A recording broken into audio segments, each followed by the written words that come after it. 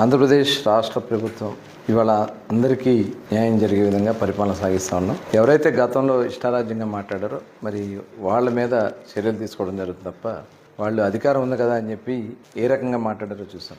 ధర్మాన్ని కాపాడితే ధర్మం మనం కాపాడుతుంది. కానీ ఆ రోజు వాళ్ళు అధర్మంగా లేనిపోయినటువంటి నిందలు మోపి లేనిపోయినటువంటి కేసులు పెట్టించి అరెస్టులు చేపించి వ్యక్తిగతంగా కూడా మనుషుల్ని దూషించి ఇవాళ ఏ రకంగా చంద్రబాబు నాయుడు గారిని, పవన్ కళ్యాణ్ గారిని, లోకేష్ గారిని ఇంత దారుణంగా మాట్లాడిన సందర్భాలు మనం చూసాం. చివరికి అదే కాకుండా ఆనాడు ఇచ్చినటువంటి నంది అవార్డుల మీద కూడా మరి దుర్భాషలు అన్నటువంటి పోసాని మురళీకృష్ణని అరెస్ట్ చేయడం అనేది అది చట్టం ఫలితం చేస్తుంది.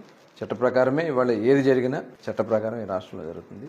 ఇవాళ ఎందుకు అరెస్ట్ చేశారు, ఎందుకు చేశారు అనేది వైసీపీ నాయకులు మాట్లాడటానికి కూడా అర్హత లేదు. వాళ్ళు చేసినటువంటి అన్ని కూడా దుర్మార్గాలు, దాడులు, సోషల్ మీడియాలో మాట్లాడించడం, అసభ్యంగా మాట్లాడటం, మనుషుల్ని కించపరచడం, ఇవాళ అన్నీ కూడా తిరిగి మళ్ళీ వాళ్ళకి తగులుతున్నాయి. ఇలాంటివి ఎట్టి పరిస్థితుల్లో ప్రోత్సహించకూడదు. అందరూ కూడా మంచిని ప్రోత్సహించాలని చెప్పి కోరుతాను.